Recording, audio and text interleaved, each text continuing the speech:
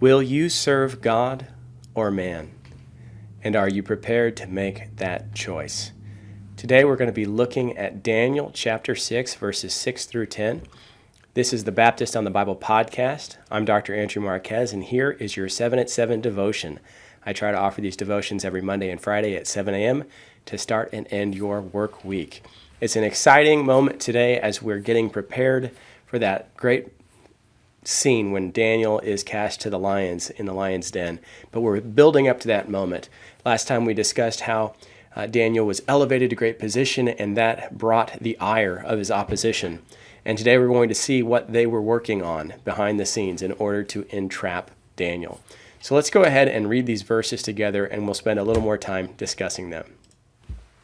Beginning at verse 6, it says, "So these governors and satraps thronged before the king and said thus to him, 'King Darius, live forever. All the governors of the kingdom, the administrators and satraps, the counselors and advisers have consulted together to establish a royal statute and to make a firm decree, that whoever petitions any god or man for 30 days, except you, O king, shall be cast into the den of lions. Now, O king, establish the decree and sign the writing, so that it cannot be changed according to the law of the Medes and Persians, which does not alter.' Therefore King Darius signed the written decree. Now when Daniel knew that the writing was signed, he went home, and in his upper room, with his windows open toward Jerusalem, he knelt down on his knees 3 times that day, and prayed and gave thanks before his God, as was his custom since early days." All right, we have such a fabulous moment. Daniel is set up for a great trap, and in the midst of knowing what was coming, Daniel is faithful. So what do we see here? Well, we have some crafty connivers. We have these satraps, these governors, and they go in before King Darius in order to create an opportunity to trap Daniel.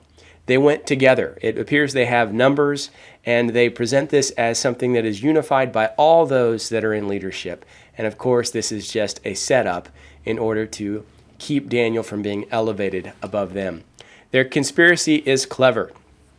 We see the plan. They don't have any good accusation for Daniel, so if they can create a law that does not even exist in order to trap Daniel, to make it an offense for him to pray to God instead of to pray to Darius, if they can create that opposition, they know they have Daniel, and they do. So what do? They appeal to the pride of Darius, and they say, "Hey, we've got a great plan, Darius. You're the best. We know it. O king, live forever. What if we make it impossible for anyone to show their loyalty to any other, to God or man, except for you for 30 days?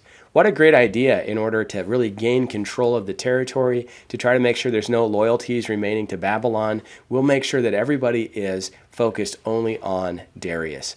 And Darius should have probably recognized something going on here, but his pride perhaps got the better of him, and he signs the decree.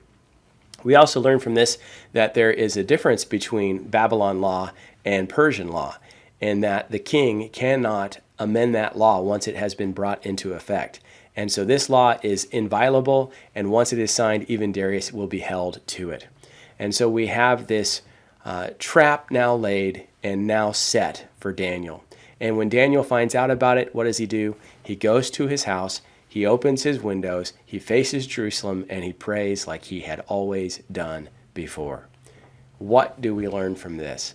Well, like we learned last time, as Christians serve God faithfully, what they find is that they are going to be elevated at some point, because the best people in the world are those that serve God faithfully, and those people naturally will stand out.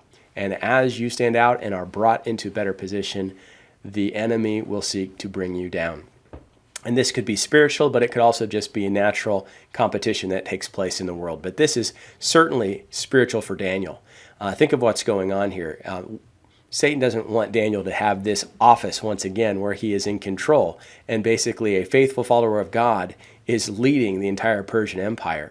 We know from later in the visions going on that there is a diabolical, demonic force behind the empire of Persia.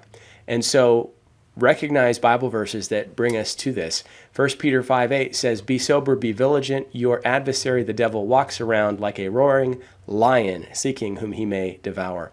James 4:7 says, "Submit yourselves then to God. Resist the devil, and he will flee from you." Our enemy is real, and when he comes for us, we have to follow in the footsteps of Daniel. All right?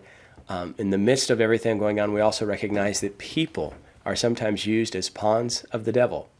And we have to love our enemies and bless those who curse us in spite of the fact that they seek harm. They seek our harm.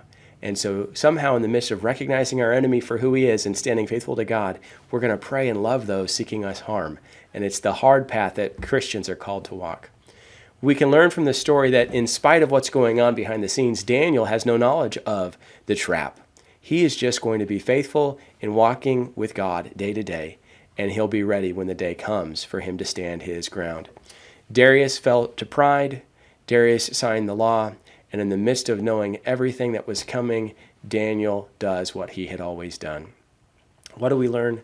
If we're faithful in the little things, when the day of testing comes, we don't have to do any more or less than be continually faithful in those little things. That's what's going to build the courage to stand. Over the last year, we've seen all kinds of opposition to church, to service of God. And in the midst of it all, we recognize that when God presents us with an opportunity to serve him or serve man, we'll always go the right way if we choose to serve God. Will you stand like Daniel? I hope you will. God bless and take care.